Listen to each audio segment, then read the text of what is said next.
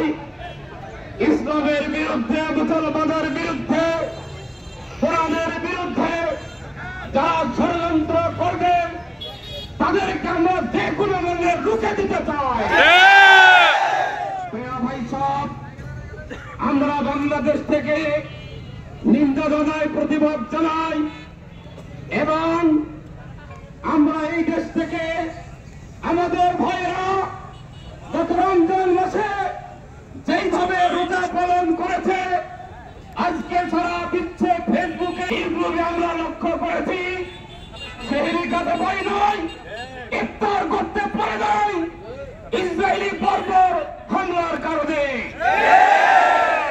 প্রিয় ভাই সব, আজকে বাংলাদেশ জামাত ইসলামীর পক্ষ থেকে,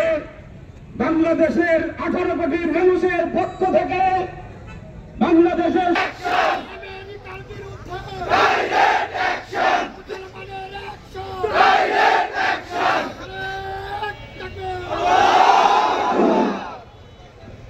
আসসালামু আলাইকুম ওয়া রাহমাতুল্লাহ। সংগ্রামী তাওহীদি জনতা, আপনারা ইতিমধ্যেই অবগত হয়েছেন ফিলিস্তিন অর্থাৎ অনেক নবী রাসূলের আগমন যে দেশে হয়েছিল, হযরত ইব্রাহিম আলাইহিস সালাম থেকে অসংখ্য নবী রাসূলের আগমন যে এলাকায় হয়েছিল, সেই এলাকার ভাইয়েরা তারা আমাদের প্রাণপ্রিয় দিনী ভাই মুসলমান আজকে ওই ফিলিস্তিনে গেছে এবং ফিলিস্তিনের একেবারে নিরীহ নিরপরাধ শিশু